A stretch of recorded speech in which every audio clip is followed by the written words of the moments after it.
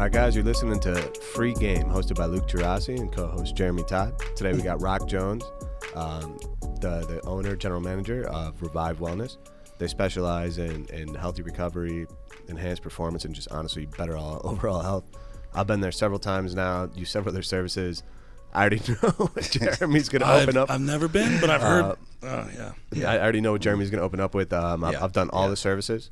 Ooh. You call that the oil change. The oil change. There you go. So I don't know if you want to kind of go through them, but they have cryotherapy. Cryotherapy is super cool for any that haven't done it. Literally. Literally. Yeah, literally, man. We do basically like what Luke is saying, man. We do everything that unimpinges, your circulation and anything that improves your energy, right? So oxygen therapy, cryotherapy, red light, CBD oil massage, colon hydrotherapy. As Jeremy Arquin likes to put it, water up the butt. Right, exactly. Foot detox, Normatec, body sculpting. We even do hormone replacement. What's body sculpting? It literally is inches reduction, man. Literally, they use lipo laser, cavitation, radio frequency, and it's a series of events. But think of the surgeries that people basically have to go get their fat done. Yeah. Okay. Well, this is without the invasiveness of the surgery, but it comes out of you through your lymphatic drainage. So more or less, you kind of shit out the, the fat and everything else. Yeah. Okay. Yeah, but it works. Wow. Yeah, it works. So what does it get rid of? It gets rid of like the excess waste? Well, let's say that you got just a little bit of fat on your stomach, on the sides, on your arms, or something like that. That you just basically want to get rid of faster. Yeah. You go in for about 6 to 8 treatments with Louisa, it's gone. Really? Yeah. I'm gonna do it for these. I was about to say, I like working out, but sounds great. Crap it out. Yeah. But whatever works. So, Rocc, what ended up getting you into this? Obviously, you have the football background. Right. For those of you guys that can see him, Rocc is a monster. For those of you guys that can't, they're listening on like iTunes or whatever you're listening on. Rocc is a big dude. Right. Literally, man, it's the best way to describe it is it's a natural evolution for me, right? I'm gonna try to be short-winded on a long journey, right? Because I'm old as dust. Explain as much as you need to. But at the end of the day, I started lifting weights at 8, right? So my little league coach was like, "Hey, you're running over people and scoring touchdowns now. You start lifting weights and drinking milk, you're gonna kill them." And I was like, "Okay, cool, got you." So told my mom I need a weight set. For my 8th birthday, she bought me a 188-pound cement weight set. Had the bench and the cement weights and everything else. So me and my 2 boys across the street, Quentin and Bevel, we started lifting weights every day. And so what we did was we took Muscle and Fitness, and it had the workout of the month in there, and we line them up on the wall, and we do the workout of the month every day. And keep going. So fast forward. Clearly, I'm hooked on lifting weights, and playing ball and everything else. Go to school. A master's degree is in exercise science, so I'm like extremely in tune to the body, but had some anger and aggression issues and stuff like that. So I was in counseling while I was in school and ended up being an actual peer counselor, which got me in tune to the mind. Right? So starting to put 2 and 2 together. Grew up in the church, part of some different organizations and stuff that make you actually think about what else is there besides what's handed to you on your plate. Keep thinking, fast forward on into my adult life. I'm really intrigued with why do people do what they do, right? When you got all this information, but you're still messing up, right? Okay, but I'm still training people, still strength coaching, still, well, I did know I was life coaching, but I was life coaching, personal before training. Life coaching was cool. Right. all of that type of stuff. So we get up to, say, the past 5-6 years, I'm really interested, right? So I'm like, okay, let me start reading more about, how did your childhood get you to here, or what else is there besides medication, or, why do we not think about, there's a better way other than taking 90,000 pills and drinking a glass of water a day. Oh, my God. Right? So when you begin thinking about all of this stuff and putting everything together, you say, okay, why don't we provide stuff for people, like provide alternative ways to recover, provide alternative ways to have an improved lifestyle, and here we are. And coincidentally, I did get a life coaching cert. Dude, you should. Yeah. Honestly, I want to get into it. Everybody should do it. That Right, has some right. success at some level. You can teach somebody, mentor somebody. Right, exactly. And you did the counseling, which makes sense. Yeah. I mean, that's kind of how I found this spot. Is I was at the LA Fitness, which is right next to Right. Rocc spot in Lawrenceville. Anybody that's listening to this in the Lawrenceville area. So I was at LA Fitness and I was talking to Ed, the guy who owns the juice bar, right? Oh, he's so cool. Yeah, Ed talks to everybody. Yeah, So man, cool. that's cool as hell. So I'm shooting shit with him, and he's like, "Oh man, I feel great. I just went to that Revive Wellness spot. You should go and check it out." And he was talking about the colonoscopy, not the colonoscopy, but Colon hydrotherapy. the colon hydrotherapy thing. Yeah. And Water in the booty. and, Right. And then, but he was also saying like they had all these things for like his knees because my knees sometimes hurt. Right, Especially exactly. if I haven't been playing basketball at all lately, but when I do, especially like the next day. Yeah, So he's like, you gotta go yeah. check it out, and I didn't even realize it. He told me after that, and I think you told me too. Ed leads like the spin classes. So Oh yeah, exactly. Yeah. Ed's like former Navy, so he's like a badass. Oh, he's dude. badass. Oh yeah. He's no joke. He was military police. Yeah, so Yeah. so I go in there, and then I'm with my girl, and we're just kind of walking around. He's giving us the whole tour, and we end up basically doing everything. Right. We did the foot thing where like you Yeah, the foot. Y'all explain did the foot detox. Well, the foot detox. What is that? I call that the junior detox. Right. So it's junior next to colon hydrotherapy. But with a foot detox, basically we're using your body's energy to pull toxins out. Right. Through the feet.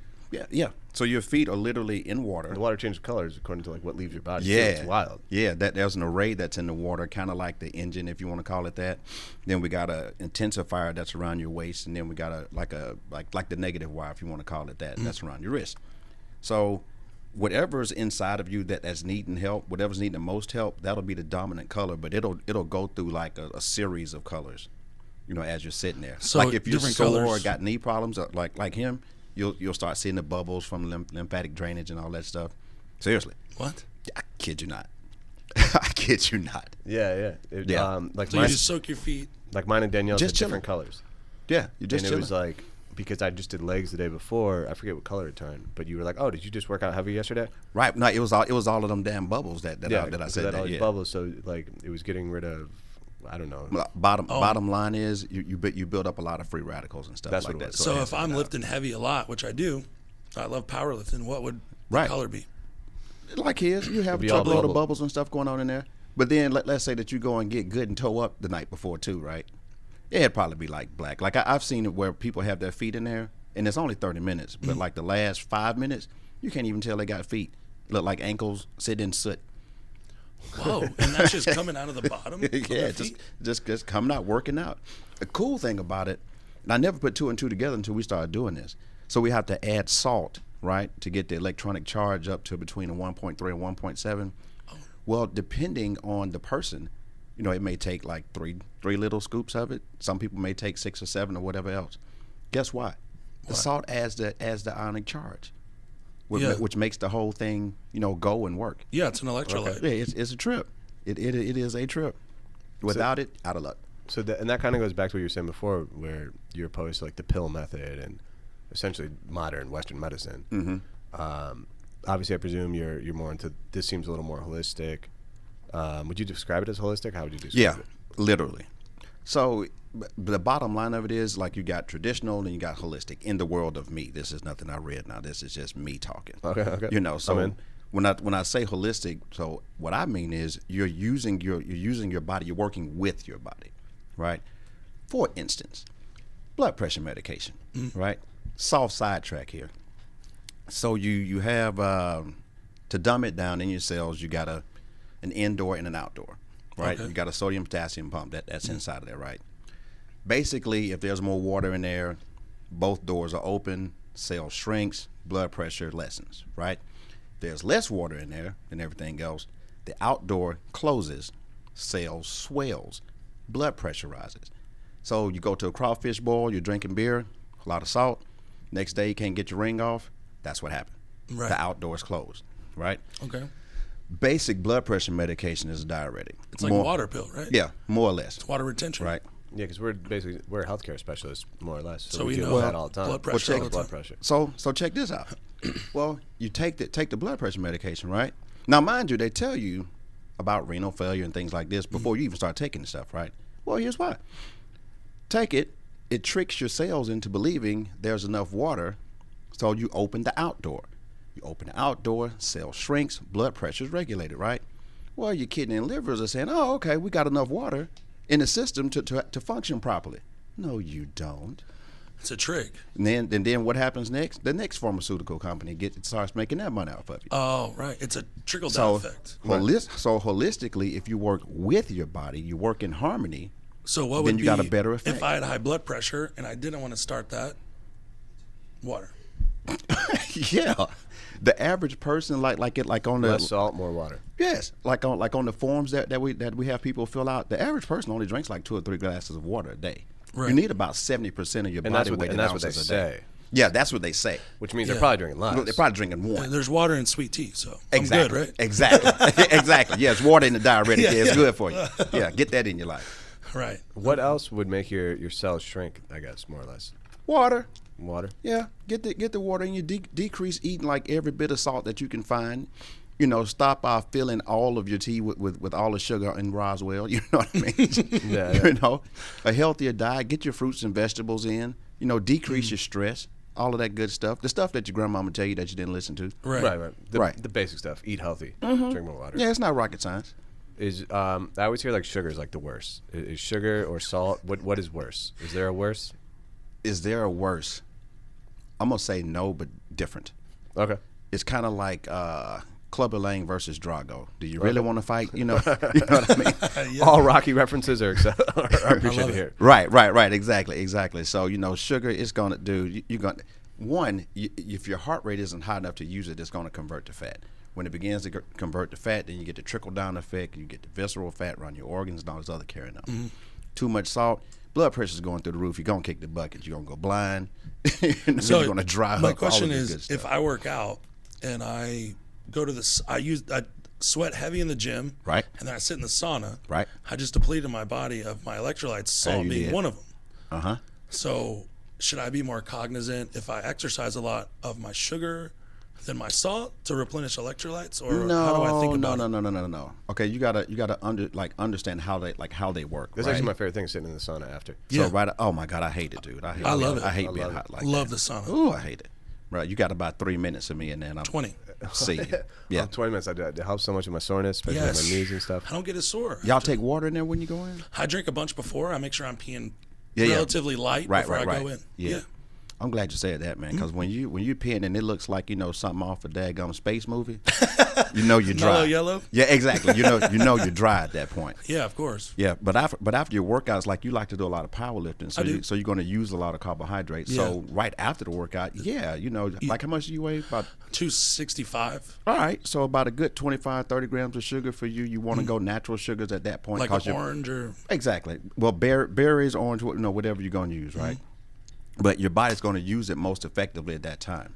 Okay. Or if you watch football games or whatever else, and you see them like eating stuff like hot stuff, especially at halftime, because your heart rate is through the roof and it's going to use that. But when your heart rate is at lower levels, when you're just sitting chilling on the couch, you're not going to use it. So whatever fuel you don't use is going to convert to fat. That's why when you're sitting up at night eating ice cream and drinking wine and wondering why you gained 5 pounds last week, your body wasn't in the state to use it, to convert it. That was what I meant by like neither good nor bad, like Clubber Lang. Right. Drago. Just depends on the timing. Yeah, the timing. Food is fuel, so it's fuel for either what you're about to do or fuel for recovering. Did you learn this stuff when you were getting your master's in this, or did you learn it at like Revive?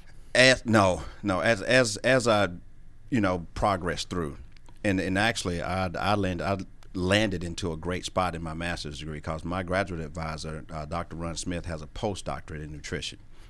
Yeah. What does that mean, postdoctorate? Oh God, he has like letters behind his name, like MC squared and all this other carry on. You know what I mean? So, but he made nutrition simple, but he always started at the base of stuff, like 1 + 1 = 2. No, it's never 11. You know what I mean? So at the end of the day, you take that learning and then you just keep learning. As you go. Like I competed in bodybuilding for a while and stuff like that. And then so as I would go back, I'll call him, I'll read this, and before Google became a thing, you gotta, find another way to find stuff. And articles. Yeah, exactly. And here we are. The MC squared thing got me thinking on a tangent. So I recently read, actually I don't want to say recently, I read it a while ago, and then I looked it up, and then I saw it again the other day. One of the most interesting things to me is the speed of light. At the speed of light, time is frozen, and I'll go down this whole rabbit hole with like intuition, Right, time right. being frozen, and energy being the only thing that escapes a black hole. But what that just got me thinking is, I don't know if you've seen it, but I actually looked it up, and it does correspond. The coordinates of the Great Pyramid are the exact coordinates are the exact same coordinates if it was the speed of light. Really? Dude, it's wild. I did know that. Oh, like the coordinates Like mapped out, or the latitude, longitude. Yeah. Right. The speed Is of the light, sp- it's in meters. It's like 189 million thousand miles a second or Yeah. something. Yeah, like I that. know it takes like 8 minutes to get from the sun to here. Right. Yeah. But that's for us, right? So the interesting thing about that is that's where time travel is. That's what Einstein showed in relativity. Is where time travel actually happens, but not the way we think.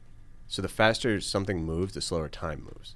Right. And at the speed It's of light, relative. at the speed of light, time is frozen, right? So Wait a minute, say it again. The faster something moves, the slower time moves. So they've done experiments. So that's why speed is distance over time. That makes sense. Okay. So like let's say, it takes us 8 minutes before that gets back, right? Mm-hmm. But if you're moving at the speed of light, there is no time, so it's instantaneous. Mm-hmm. But what they were saying, what happened with time travel might be, now that there's the Large Hadron Collider. Didn't think we were going to go this far off on the tangent, but now that there's the Large Hadron Right, Collider, now that there's the Large Hadron Collider, they're saying that we might actually be able to receive time travelers, because the thing before, it's almost like an airport. If you have somewhere to take off, but you don't have somewhere to land, Right. where are you going? Exactly. Right? So now that we have that, they think we can actually now receive people. But the most common way that it was believed that time travel would actually be possible would be, so if you and I, let's say I get on a spaceship, okay? I'm like, yo, I'll meet you in a week at free game, right? All right. Gotcha. I leave, and what might be a week for you might only be a day for me. My spaceship's going so much faster, so when Right. I get back, I might think it's only tomorrow. But for you, Right. it's a week. But now, if you amplify that over time, theoretically, if you were out traveling space or something at an extreme high rate, you might be able to come back 500 years later on Earth, but it's only a year later for you. I was about to say, it's only next year. So you haven't like aged. So that would be like a form of time travel. Dude. Wait, so You know aging is what? how you perceive time. I was about to say, so that there's a Aging I'm not is how even you going to perceive call him time. a martial artist, but he calls himself, he's a martial archaeologist. He literally bodyguarded for like Mandela and Dope. Farrakhan and stuff like this, Sijo. So his name is Abdul Mutakabir, right? And I'm gonna write that down. yeah, look him up, dude. Off the change. He's 70 years old, but not what you want. Right, you don't need stuff to that. Hey, listen, not what you want, but he told me he was like, he said time is the infinite expression of the mind. Oh. And so as I'm listening to you, I'm like, 1 + 1 is adding up here. Yeah, yeah. All right, you're gonna make me go look it up now. No, you dude, for spark sure. you spark thought. I For appreciate sure. that. Oh, Yeah. I don't know if you've seen our logo for here. It's actually an open book. Yeah. With Metatron's cube coming out. Yes. So that's like how me Yeah. and Rocc kind of really get. It literally sparked the Yeah, conversation. it like sparked the relationship. like Sacred that. geometry sparked the conversation. There you go. Yes. So Yeah. So Carmen, the lady that works for him or Yeah, with she him, does- she does massage She at does shop, massages, yeah. right? So then I'm paying and I see her hand and it's got the Metatron's cube. And I was like, yeah, have you ever done DMT? Exactly. So exactly. if anybody's ever done DMT that's listening, you see the fractals and the geometry. If you haven't, it's just something that occurs naturally and with Right. like plants and it's all these different bases of life and stuff. But so Rocc was like, no, man, that's Metatron's cube. So then we start talking and Right, get into like right. esoteric stuff, kind of where we're going now with this. And he's telling me about the Book of Enoch, which I've ordered and it still hasn't come. You serious? Yeah, I know you got it. Is that with the Sumerians? Is that different?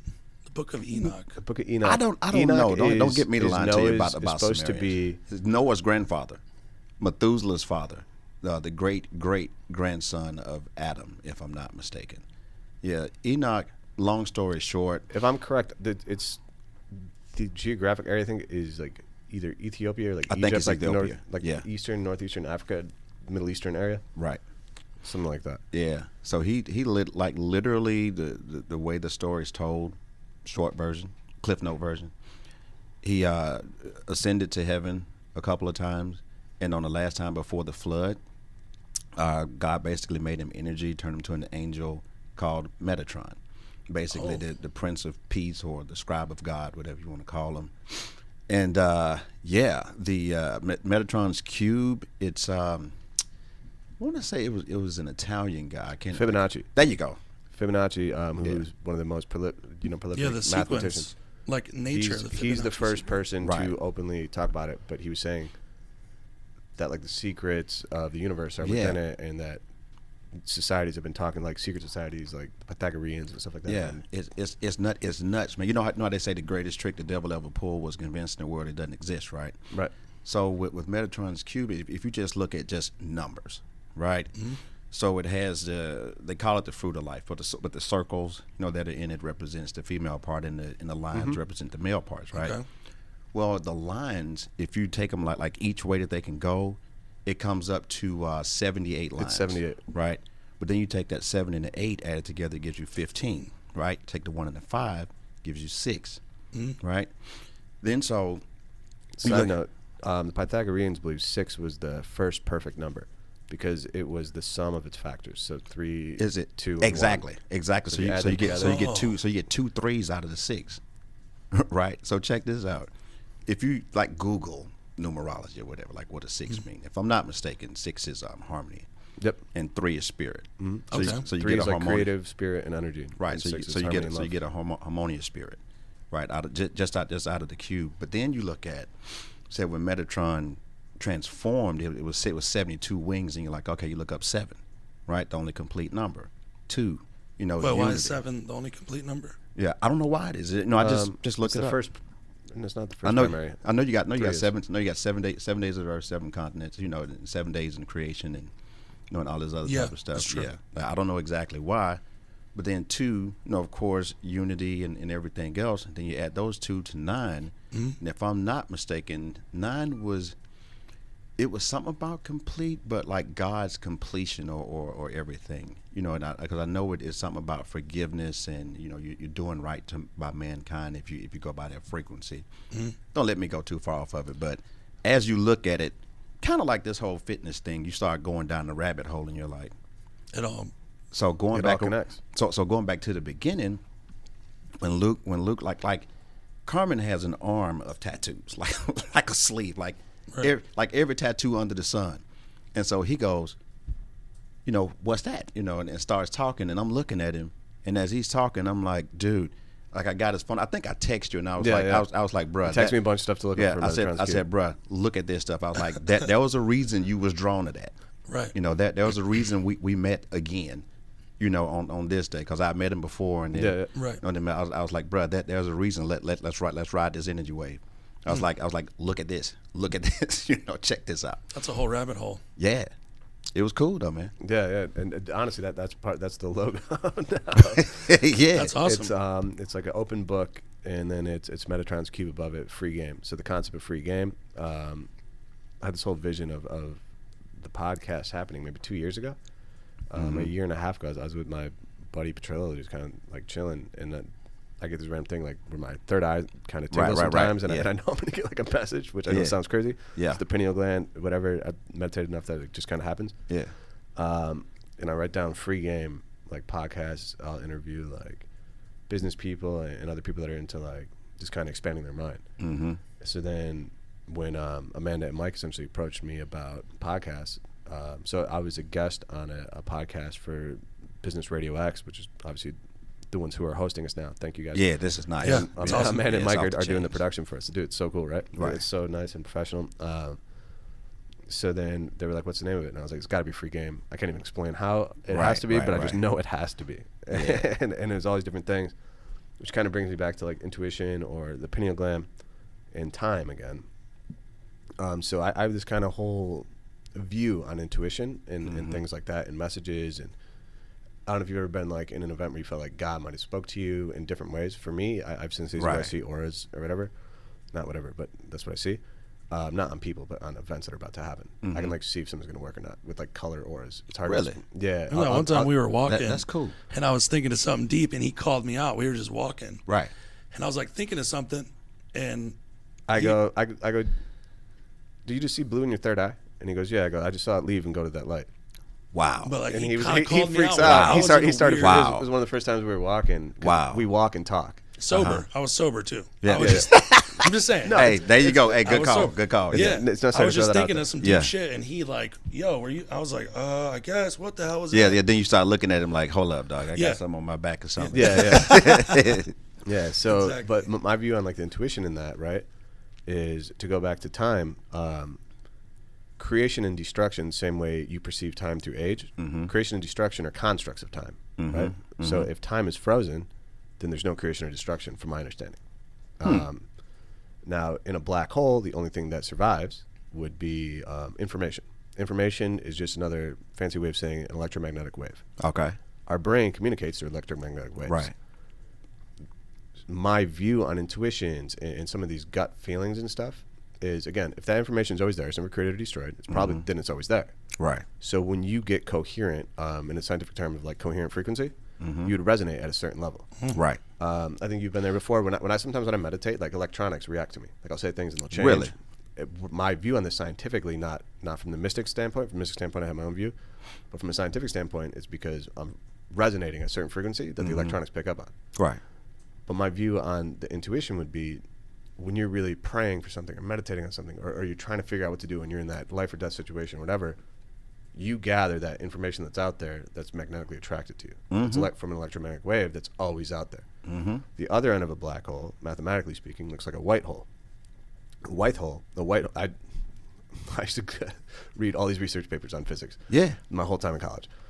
Me and Scott Ball we call it Wings in Physics. Every Wednesday we'd that's research awesome. a different topic and from scholarly journals, Wings and physics. and we'd crush chicken wings, beers, and talk about like our own views. Blue on cheese like, and Albert Einstein. Right. Blue cheese and Albert Einstein. Right. So my view though would be that intuition comes to you magnetically, and again, theoretically, it would always be there. The other end of a black hole would be a white hole, which is the same mathematically looks like the Big Bang. So that would be like the multiple universes, or if you wanted like the hologram theory and all that. Right. Either way, you're within it, so it doesn't make it not real, right? Correct. Like a movie is fake, but that doesn't make it not real. Right. Exactly. I still watched it. Yeah, it's fiction, Right. but it's there. So if we're living in a simulation or It's still real. hologram theory, the Hermetic teaching essentially, I like the way they describe it. Being aware of that, if you're within Shakespeare's Macbeth, right? Right. You realize you're Macbeth in Shakespeare's play. You're the star of the play, right? Okay. The world's your play. That doesn't make it that you're still not in it, right? So you might realize you're within a fantasy world, Right. but you're still within the fantasy world. Yeah. Correct. And you're still aware of that. And you Yeah. could be like, Yeah. I'm part Shakespeare, but I am not Shakespeare, Correct. right? So you could be like, I'm part God, like it's within me, but I'm not. There's so Correct. much more, and that just changed my whole view. And I was like, oh, that makes sense, Bruh. So there's no escaping the Matrix, Bruh, or maybe there that's Metatron's cube. Yes. You just no, I'm serious, because when you look at it, it's like big cubes, and it goes all the way down, boils down to the least common denominator and back up. But scientifically, man, nothing happens by happenstance. I think we talked about that the second time I met you. right. But literally, man, so you have in your subconscious, it's called a reticular activating system, right? So think about when you're like, okay, I want to buy a white Crossfire car, right? Up until that moment, I mean, you really have it in you. You know, you've prayed on it, you meditated on it, and everything else. Up until that moment, you've probably seen one white Crossfire a year, whatever. But once it gets planted into your subconscious, into that reticular activating system, you begin seeing it. You begin seeing them everywhere. Shit. But just like what you were just saying, because you didn't see them before, it doesn't mean they wasn't there. It just means you wasn't in tune. You wasn't in tune to them, because that reticular activating system begins tuning your brain to do what it is, or tuning you to do what it is, what you've planted inside of it. It's going to grow. It's going to happen. And you could learn how to control that. Yeah. I wish I could remember there. That reminds me of this thing I read about.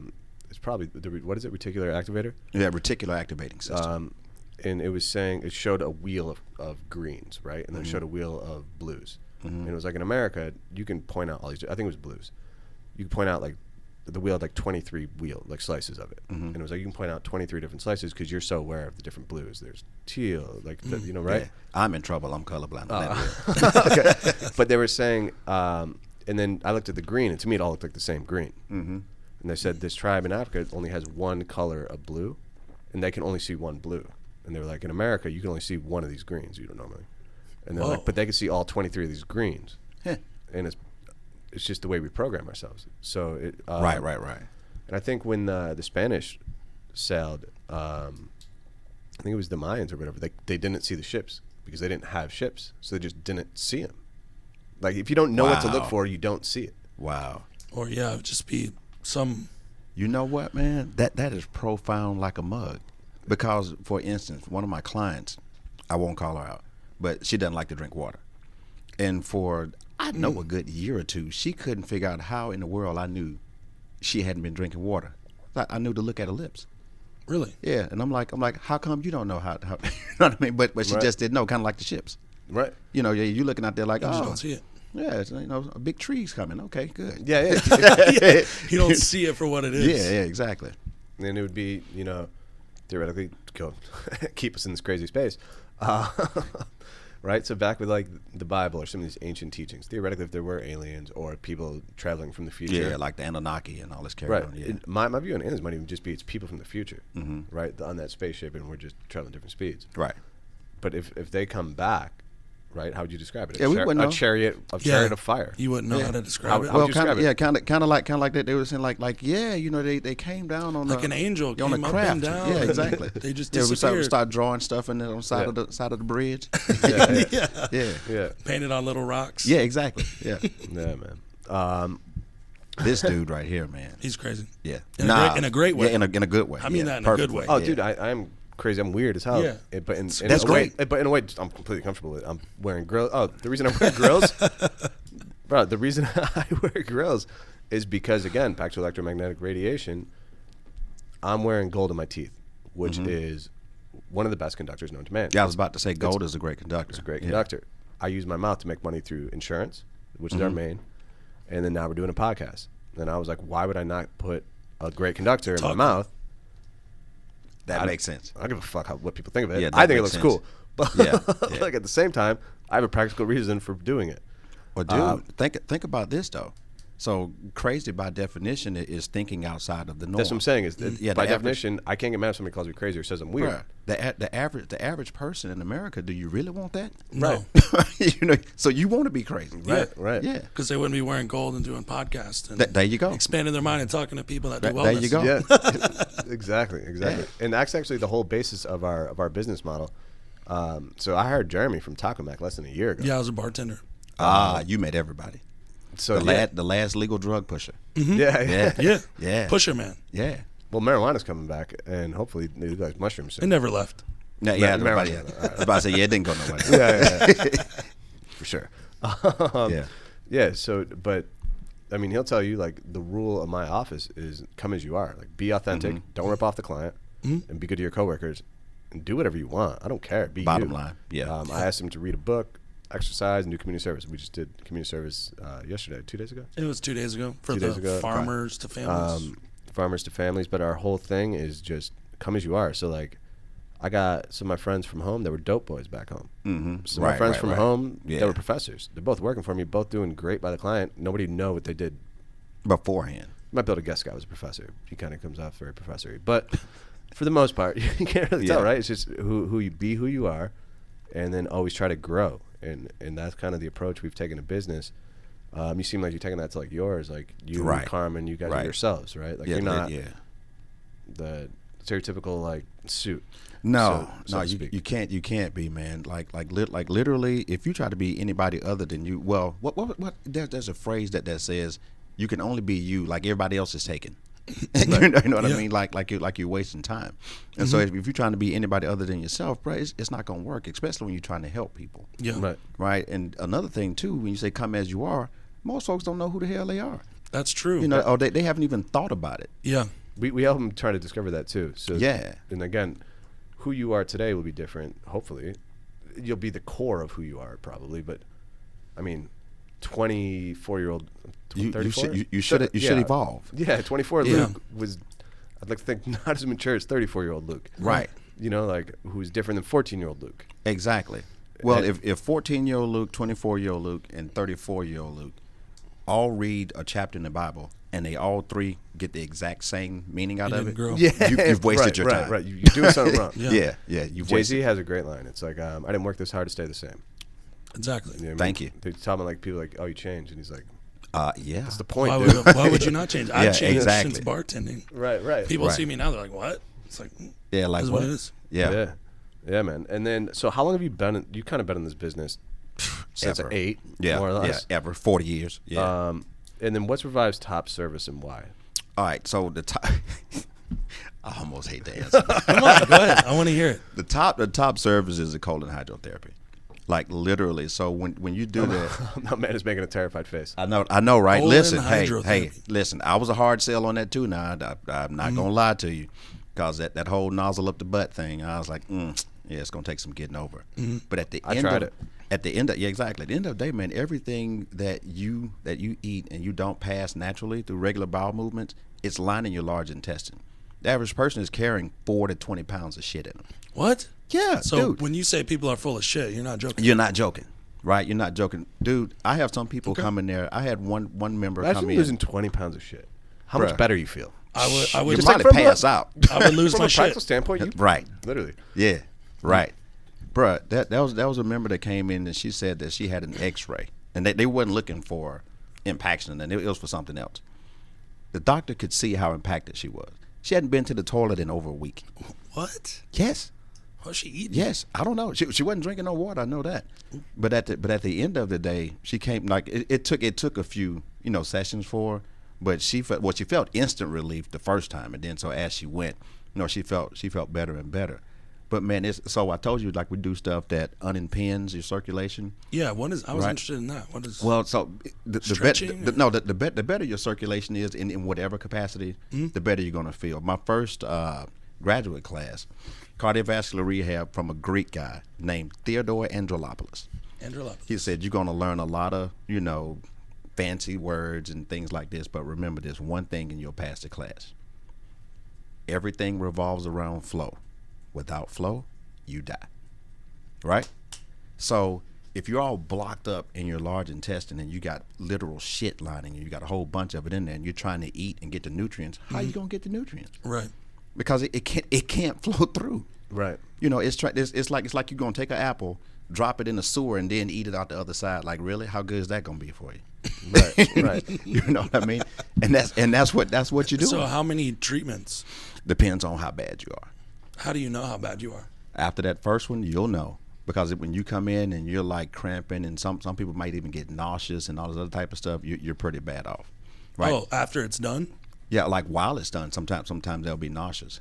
Like when they Okay. got a lot going on and then they have to come back. But then when they come back after that second or third time, they feel better. The average guy is about once a quarter. The average lady once a month, once every other Why? month. Progesterone is what I suspect is the main deal of it. So women, as their estrogen is up, everything's good. When progesterone, it's a hormone, it goes up, it blocks them up.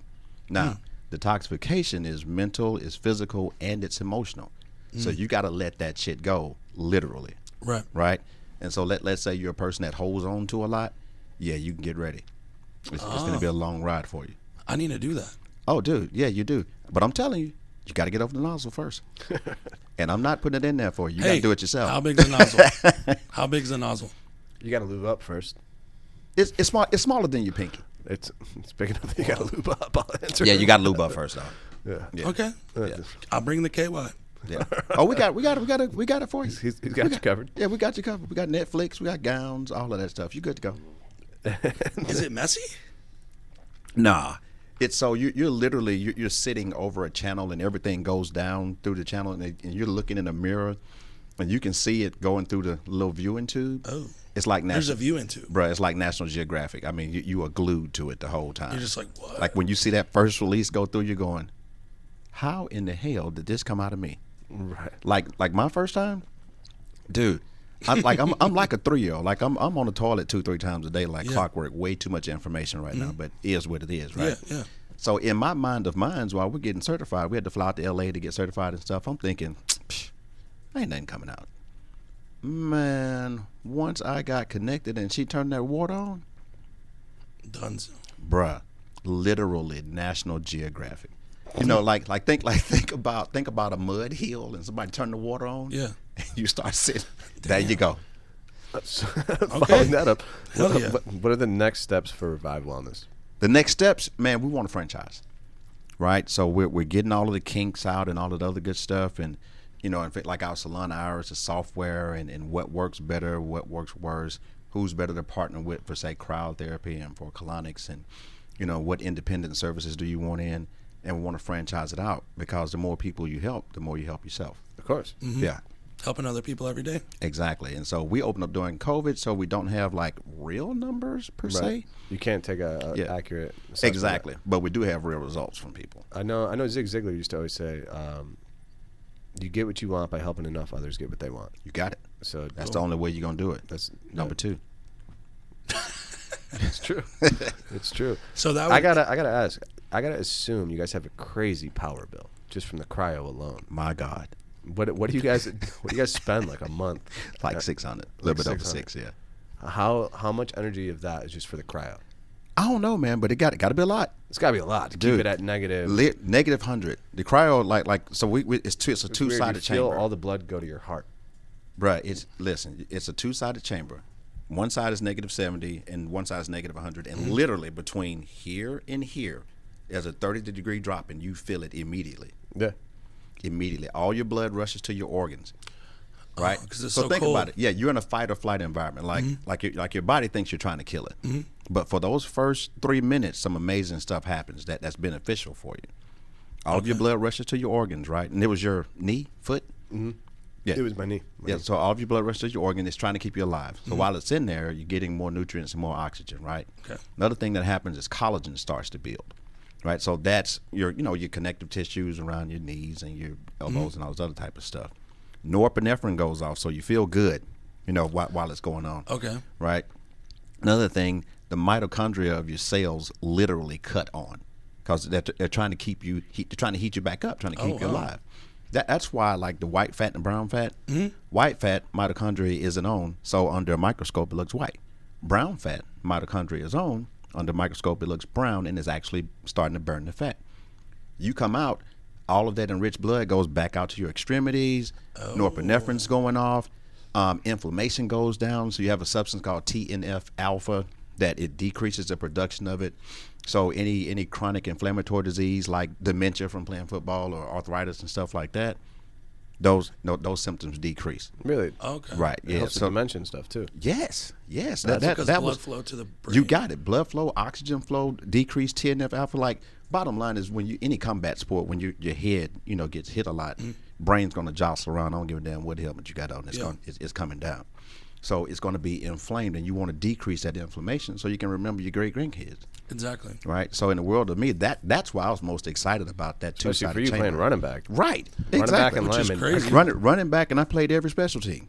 Right. Like, right. and would be pissed off if I couldn't be back out there. Right. Yeah. Like nowadays, no, I'm going to get my nails done. I'm gonna watch the game. Speaking of the game, who you got on Sunday? Oh man, get the hell out of here, bro. Really? I'm Raider Nation, man. So Tampa Bay, 2002. Seriously, Chiefs. We beat them. We circle a damn stadium, and seriously. And then my cousin and one of my close friends, Jason Noel, Buccaneers fan, Chiefs fan, they've been wearing me out. I told them, I said, I hope y'all tie. Oh, you just Yeah. Oh, do it. And Antonio Brown. Man, get the hell out of here, man. you don't like AB? What? You trying to get it started, dog? Really? He's crazy. Yeah. He had one of the craziest off seasons, like Britney Spears head shaving crazy. Dog. Oh yeah. And Dog, Tom I Brady don't know- said, "Come live with us." Dog, this dude was I don't know, away. Tom Brady took his this dude social was media. a day away from millions from us. Thank God he couldn't shut the hell up. He was Thank so close. God. He was so close. Because he would have got us. I wonder how much Tom Brady has to do. He seems mentally either they took the mic from him or he's matured. Oh, he's zen. Bro, they had Buddha. to have put in something in like his contract or whatever, like look. For sure. Because Arians You originally do didn't this. want him. And Yeah. Brady was lobbying for him behind the door like the whole time. Right. Tom Brady has that effect. Tom Brady does have that effect. You watch him in the huddle. He's calling out everybody. Bro, if I was a coach, I'd be like, yeah, come on. You want him? Go ahead and get him. If Tom Brady says he wants you, we're gonna get you. Exactly. Yeah. You know, Mahomes said that he can shut the hell up and go out here and do what you're doing. Brady, yeah. Yeah, Mahomes too young. Yeah, man.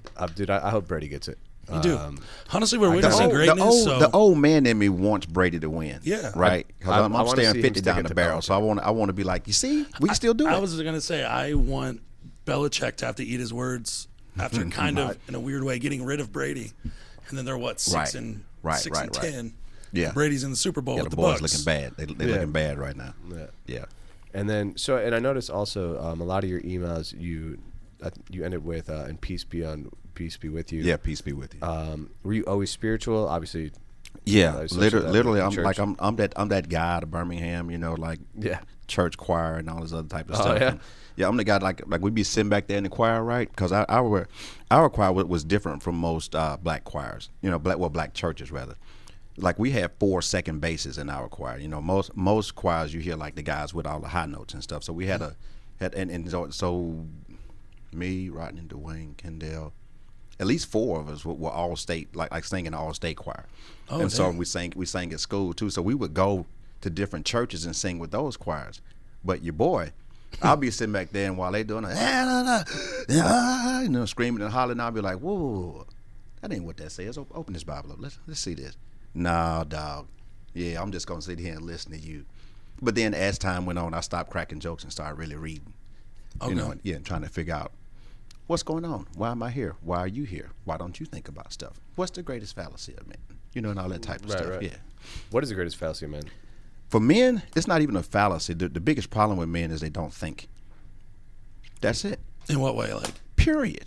You just don't think. You just go to work. You just don't think past your hand. Like Earl Nightingale. I think I sent you something about Earl Nightingale. Mm-hmm. He was a speaker back in the 60s, I believe it was, 50s, 60s, whatever.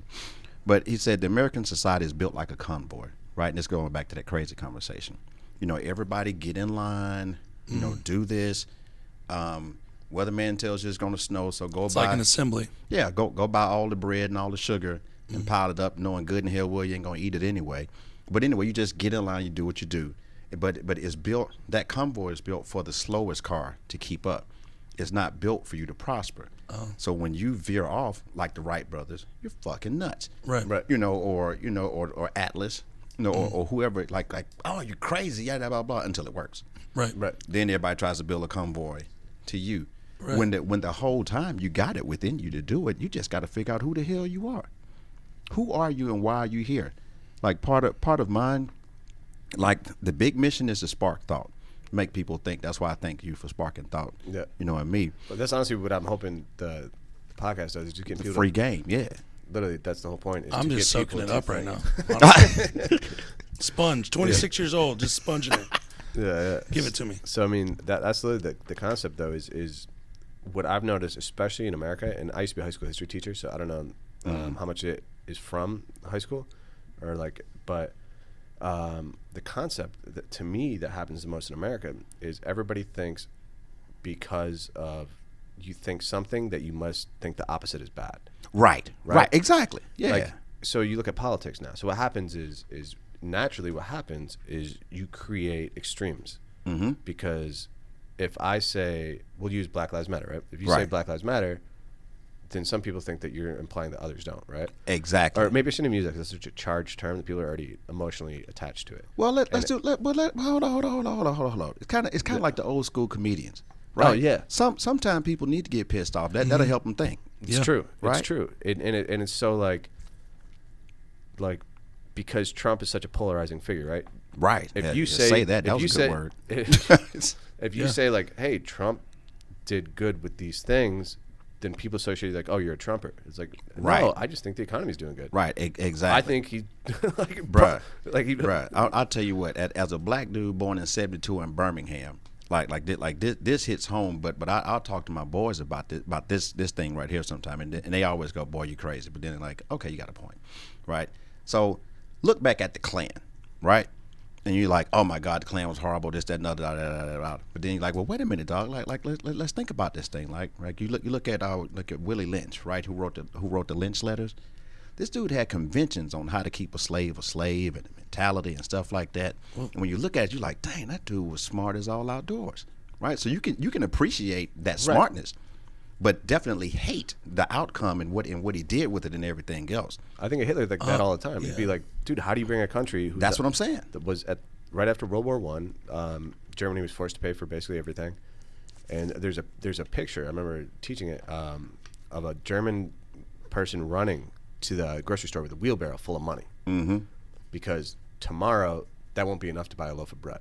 Right. Because their inflation was that high. Right, exactly. Right. So how do you get people to buy into you so much that they elevate out of one of the worst depressions the world's ever seen during the whole worldwide depression? They're the worst, into world power and literally almost take over the world, and everybody and their economy's thriving and like all this.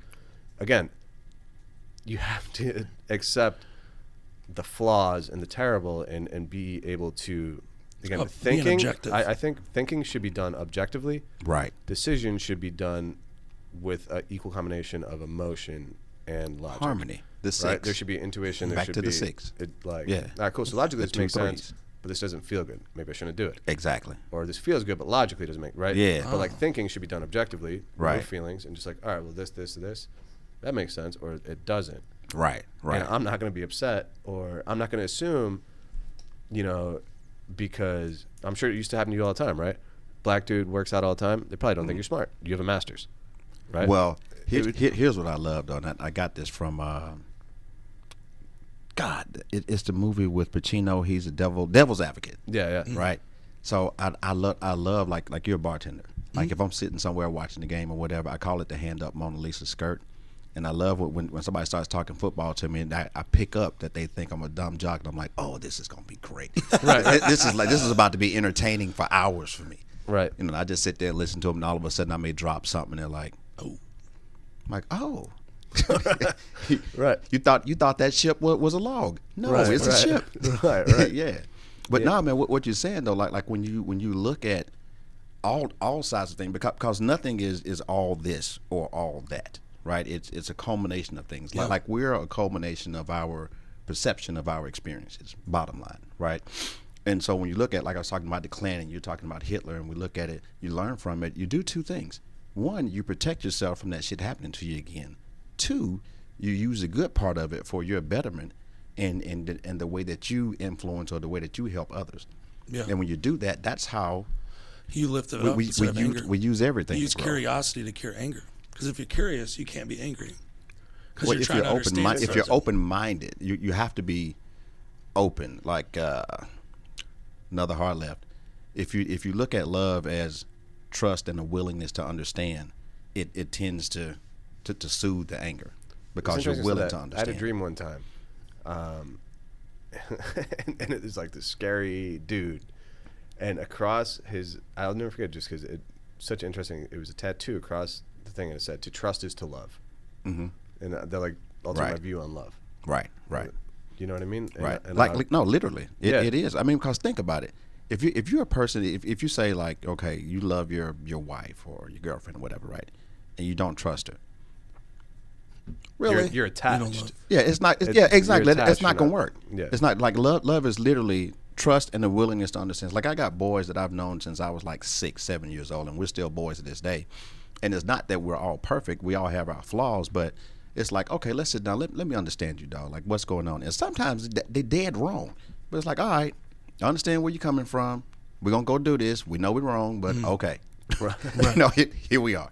Right. And it's okay to do things as long as Malcolm X, the autobiography of Malcolm X, in the beginning of it, I remember he has a quote, and it's such a cool quote, but it's, a man can do anything as long as he's willing to pay the cost. There you go. If you're not willing to pay the cost, like, don't play the game. There you go. Right? But if you can take the penalty or consequences, and I don't think I was ever really too afraid of consequences. And I don't mean like reckless. I just remember, like, my mom's favorite story to tell any girl, like, that she meets is like, right. When Luke was a kid, he stole a soccer ball when he was 7 years old or something like that, right? Right. And he came home. Soccer thief. Jesus. Sure, I used to steal bikes when I was in high school. But but he came home and grounded himself, right? Oh. So like I was never afraid of consequences. Like it was self-awareness. All right. I want the soccer ball. I'm going to a camp. I don't know what it was. Maybe my parents couldn't afford soccer ball all the time. I don't remember exactly what it was, but I just know I was like, I'm gonna take a soccer ball. And I remember specifically taking it, playing, having a good day, coming home, being like, I can't go out for a week. Damn, dog. And my mom was like, what? Damn. Hey, you were evolved at a young age, homeboy. So but again, maybe not, because then I was stealing bikes when I was in high school. Did you ground yourself in high school? No, I didn't. There's a period It of was the influence of others. Hey, it's levels to this thing. Yeah, there's a period from like 14 to like 20 of douchebag Luke. Right. Everybody has that. But like, Facts. I think before and after have been good.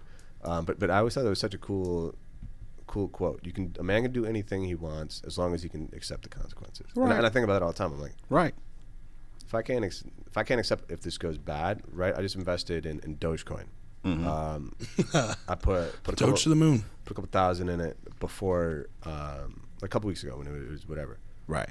So when it went up initially a couple weeks ago, they were like, you're going to sell, and I was like, no, I have a certain number. I put my money into a very volatile stock. I'm willing to lose it all or make the money. Right. But you can't invest. You can't get in business. I'm sure for you, it's our new business in Corona. Yeah, that's a hell of a time to pick something like that. Ink. Did you have to like limit how many people you could see a day, or do they? Yes. I love Lawrenceville, man. They don't give a shit. I don't want to snitch on any city, but You just go. It's awesome. If you guys are if your businesses are being stopped, Georgia's awesome right now. That's all I want. Matt Barnes on change All the Smoke, anything. he said it best. And I almost wrecked the car listening to their podcast on All the Smoke.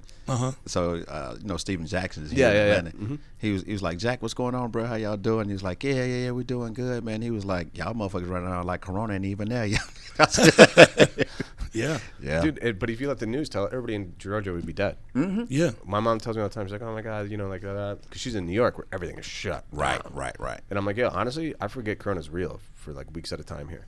Until I go to the grocery store and everybody's wearing a mask. Exactly. That's the only place you feel like the asshole because you walk in and folks looking at you and you're like, okay, sorry. Cool. Nowhere else in this town are you guys wearing this. We all had Corona in August. Yeah, we all got it. shut down the office for 2 weeks. I think I had it back in March, man. My damn lungs was like I was like, if I feel like this tomorrow morning, I'm going to the hospital. Like my lungs were hurting. Oh. And then, but nobody knew Corona was a thing. I'm an asthmatic. I thought maybe I'd gotten hold of something. I don't know.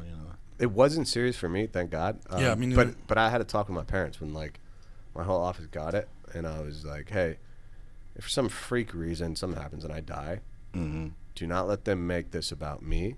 I think it's selfish.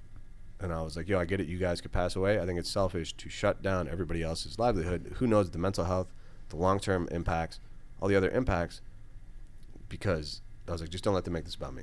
You know what? See, that's what I'm talking about right there. See, thinking like nothing is all this or all that. Don't make it all about me. I forget who said it, but when you say like it's all this, it's like having a knife with no handle. That's all blade. You can't even grab it. It's not gonna work. Yeah. So I don't know. I'm not proposing I know what the proper term or thing to do was, but I think the route we went, thank God not here in Georgia, but at least in New York, there's going to be a lot of long-term impact. Yeah. Oh, you do. Business is shutting down. There's not enough stimulus money. Well, think on just a human interpersonal level. Luke was talking about reacting with the frequencies and stuff. Like back in the day, you can walk too close to a TV and zzz, and do stuff like that. So we all, like, even in this small space, that there's an energy connection that goes on.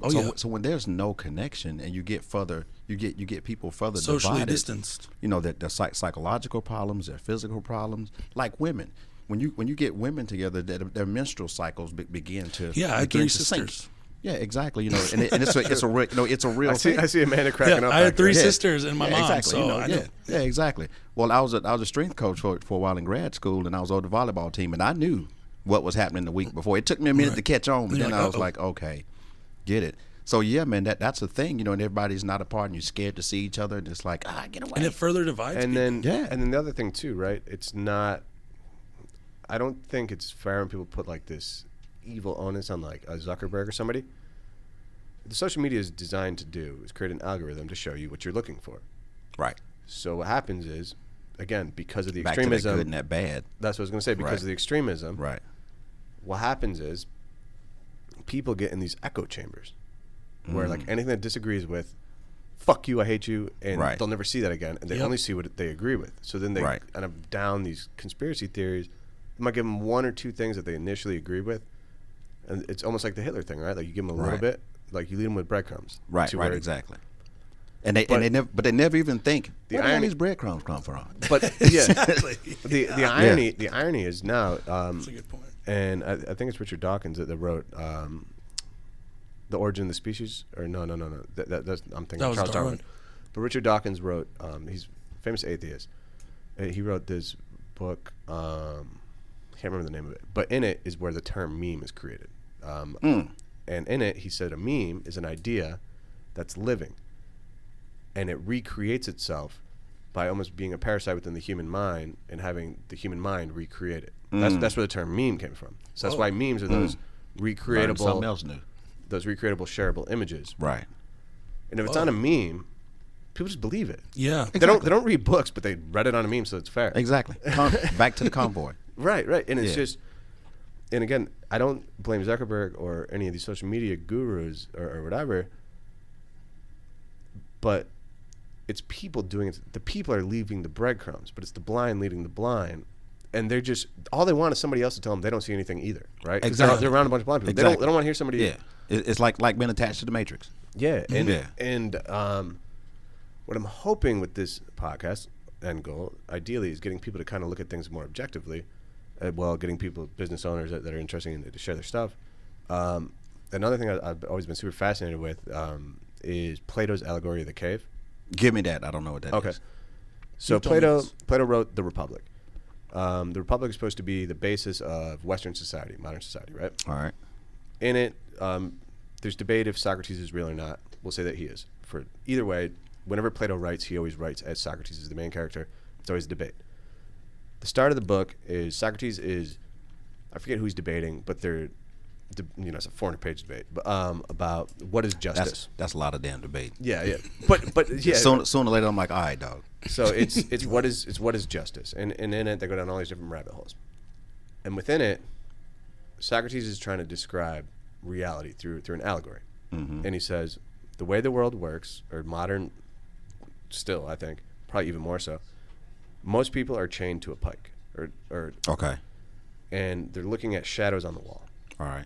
Okay, the first free thinker, or weird person, or whatever gets off, realizes they're chained, but the chain's not actually locked. They take the chain off. Right. They turn around and they see the fire. It hurts their eyes. Oh my God! They turn around. They go back to the Right. stake. They put the chain back on because it feels safe.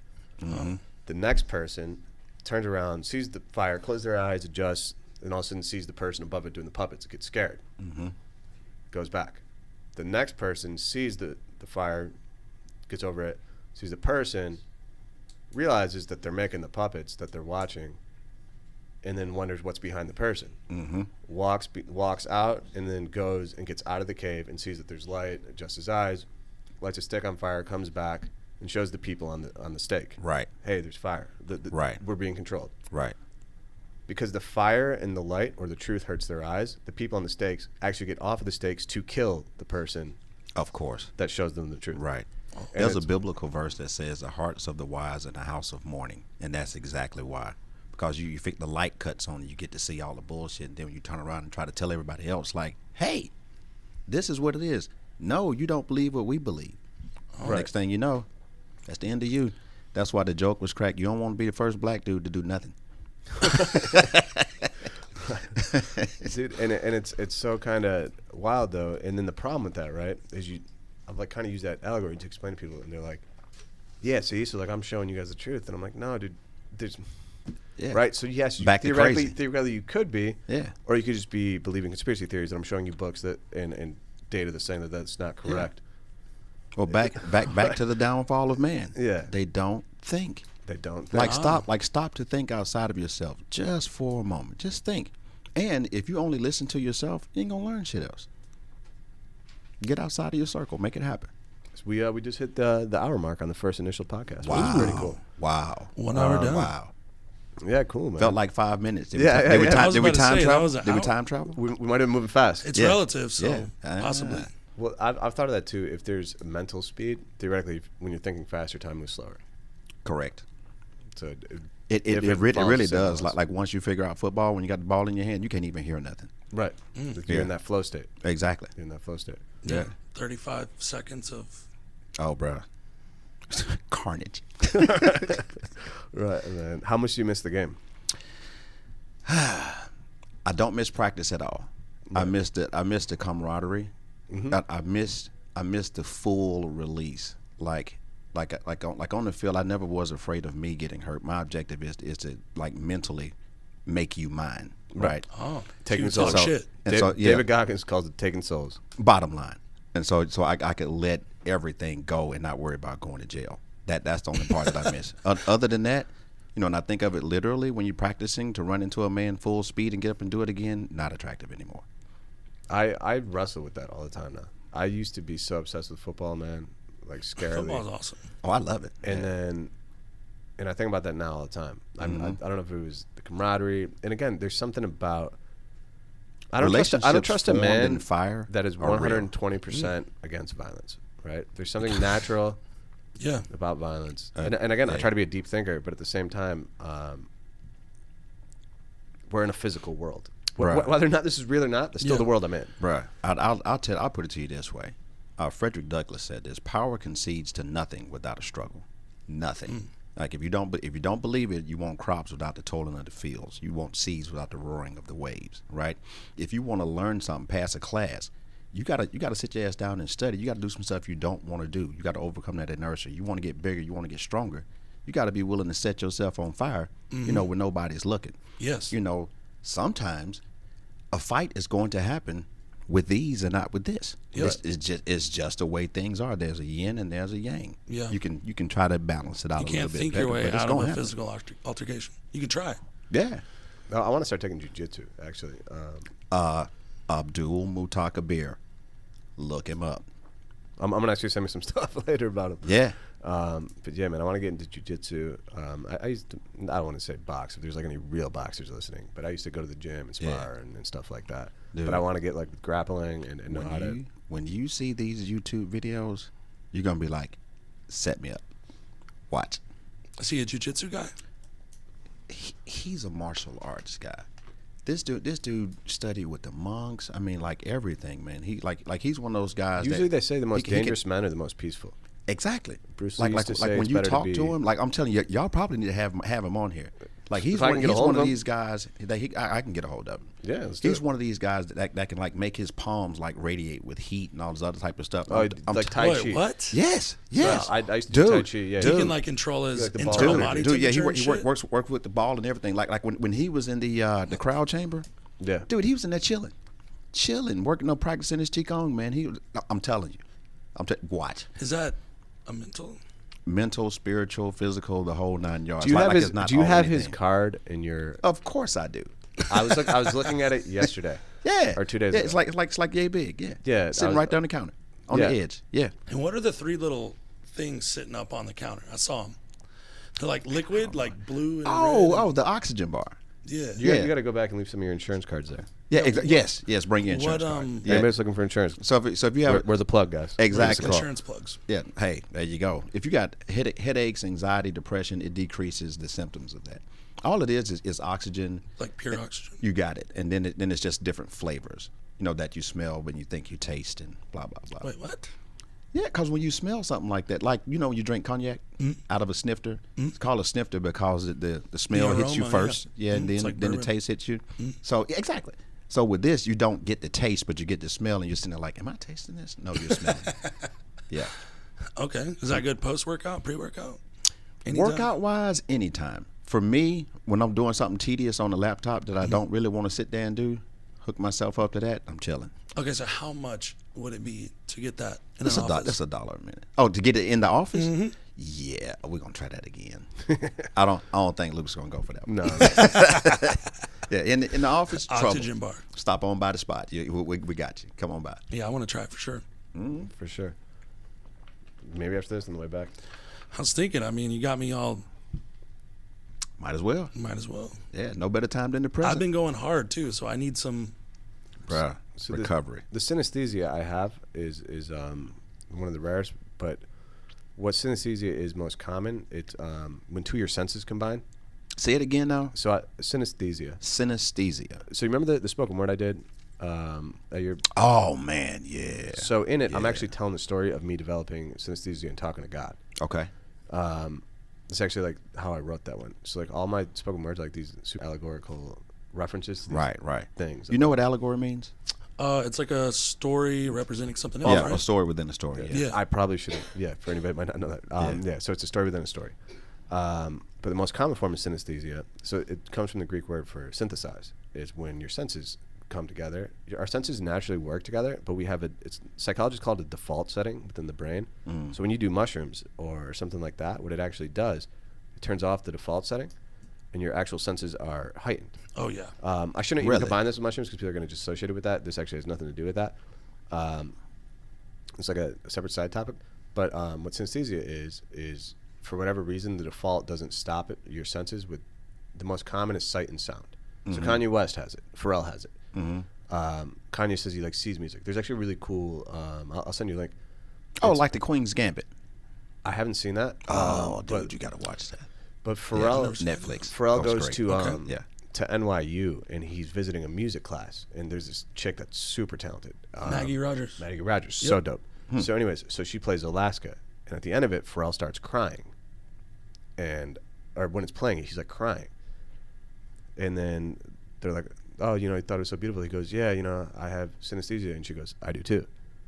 And he goes, oh.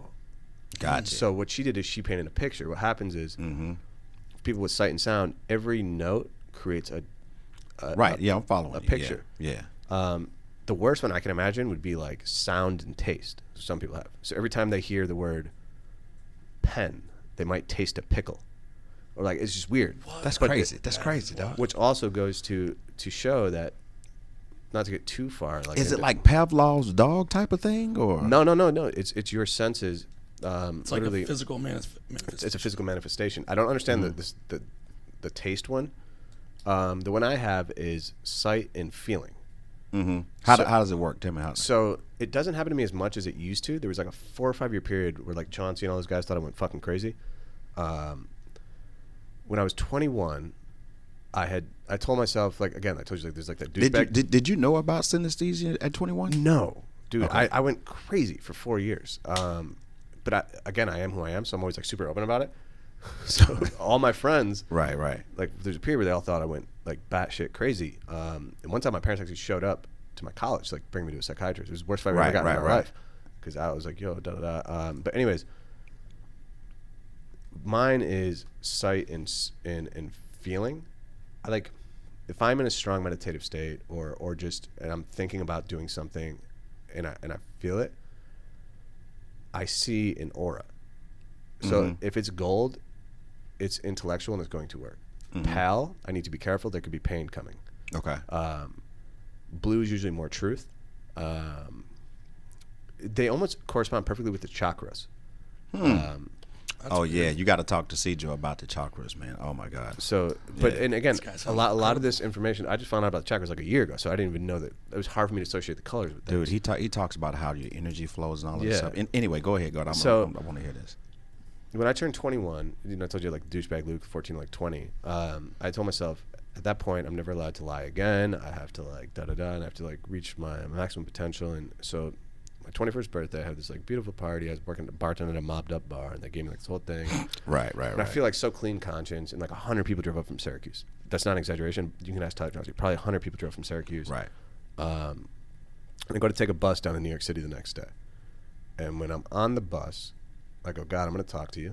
I don't even know if you've ever heard the story, but and I'll do my spoken word after. Probably a cool way to kind of end it, but yeah, it will be. So it's badass. So I'm like, God, I'm going to talk to you. Obviously, you don't really speak to me in English, so show me the signs, and I'll feel it out. Right. And then I'm on this 4-hour bus ride, and I'm thinking of things, and I'm seeing signs are corresponding with what I'm thinking, so coincidentally that it's not coincidence, right? I don't believe in coincidence anyways. Yeah. But I really don't now. And then about a week after that, I start seeing auras. So at this point, I'm not as mature as I am now. I'm like, yo, I might be the next Jesus. What's going on, right? right. And like, right. And some of my friends are like dope boys. Yeah, so yeah. like, yeah. I'm like sitting around guys that are like bagging cocaine. Right. And I'm like, they're like, dude, you hang out. You obviously are not. Exactly. And I was like, that's a fair reply. I'm seeing colors, man. I talk to God. I don't know what's going on. Right. So what like, is this? Like that's what got me so into reading and the physics. Right. So then I'm trying to explain this scientifically. My father is like and I mean this in a good way, if he ends up hearing it, like super analytical. He's a scientist, PhD from Cornell with like patents, scientist, and almost pessimistic in a way that, not in a negative way, but like in an analytical, pragmatic way, right? And my mom is like volunteering to teach immigrants English and like, right? So I kind of got this, but I was way more my father. Like I was super like black and white before, right? So I'm trying to make sense of this, and it's not making any fucking sense. Exactly. So eventually and I'm trying to tell everybody like I'm seeing colors. I don't have a term for it. Right. And I think I'm the only person. You can't articulate what it is So that's like going 2 years on. later, I find out the term, and I was like, oh, thank God, right? Right. And anyways, like, you know, I mature, and I'm like, yo, probably not Jesus, but you sure? Yeah. Hey, but cross that out. But I think that there is a Godhead within all of us that Exactly. I've gotten access to. Right. And scientifically, I explained it with, I tried so hard to hear God's message that I might have combined my senses. That doesn't take away the mystical aspect. Now I see auras of things that are going to happen as a gift from talking. Right. So to me, I use science to explain my spirituality. Exactly. There you go. And then, so what I'll do now is I'll kind of intro that into a spoken word. I actually originally called it the Phoenix because I thought I was going to fail the first time I did it, and I would. That was one you taught us. Yeah. And yeah. But then I kind of got nicknamed like the Thesis. So I'll do that one quick, and I'll kind of end it. Right. So that one, guys, is going to. So anybody that's listening that's heard it a million times, feel free to turn off. If not, listen. About it, and so again, and I'll explain. You know what I'll do is I'll explain the story behind it. Right. So I said when I turned 21, I did this to talk to God. So it goes, about a decade ago, I began the arduous I wrote it when I was, originally when I wrote it, I said like at 21, but now it's so long ago. Right. About a decade ago, I began the arduous process of improving my consciousness. I'll repeat this because it carries great consequence. About a decade ago, I began the arduous process of improving my consciousness. So I called God, right? I talked to God. I called God, but he texted me back, the signs. But when he hits you up, it's hard to know how to react. I mean, I really tried to heed the words, but I just couldn't relax, right? I'm bugging out and telling everybody all this. The problem was I was trying too hard. What I had to do was just kick back. But you got to understand, on top of that, I was given a date and time. And I still remember the date was November 2029. It's true. I don't know if it's a date that I'm supposed to die or just point event on the world timeline. But naturally, it's got me analyzing power and time. The more I think about it, I realize that the power is mine. There's power in thought and I think in words. So the irony of me seeing these images and auras, I didn't realize it until later. People think differently. I only think in words. The only time I see images is when I meditate or if I'm doing psychedelics. That's like the only time. So there's power in thought and I think in words. There's power in thought, especially the active verbs. Now, logically, that tautology taught me about the power of words. I'm going to repeat this because this is the basis of my thesis. In other words, most important word you just heard. So logically, that tautology taught me the power of words that gives the power to nerds. If you don't believe me, look at the power given to Zuckerberg. That's the biggest game changer since Gutenberg. But back then, the print and press brought information to the masses. And now the stuff we put in our algorithms just leave the public with a mental paralysis. I had a voice, so I gave myself my own dialysis. I realized there were some things I had to keep and some things I had to lose. I started reading and I had to keep reading and writing. And I had to control my intake of the booze. And for the most part, excuse me, I'm burping, snitching on myself. For the most part, I've improved. And my improvement was predicated on my dedicated endeavor to be the best, and the prescription was self-medicated, and it relegated the days for us pursuing the lesson. And I know the entity respects this, because when I asked for help, I didn't ask for a Lexus. I asked for a guide, and I was given a Pegasus. And now, like Aladdin on his magic carpet ride, I'm hoping to show the whole world, a whole new world, through free game in my literate mind. Right? Now, when my past, present, and future clashes, I'm going to be like the phoenix and rise out of the ashes. So the whole concept of that is me talking to God and seeing the auras. Our company logo is a phoenix, by the way. And And our you company wrote that logo is before a you started phoenix. working there. And I had this whole shaman like tell me he's going to revolutionize business, and that's why I wear the stone. Right. My last name actually comes from the ancient Greek word for bird of prey or phoenix, And Really? Yeah. So Jeraci, it used to be, knew? it would be Ieraci. It'd be Jeraci. And it's actually a bird of prey, like a phoenix. Jurassic Park. Yeah. My last name, we have slave owners. Unfortunately, Jones. Jones. Yeah, unfortunately, that was taken from you. Yeah, exactly. Yeah.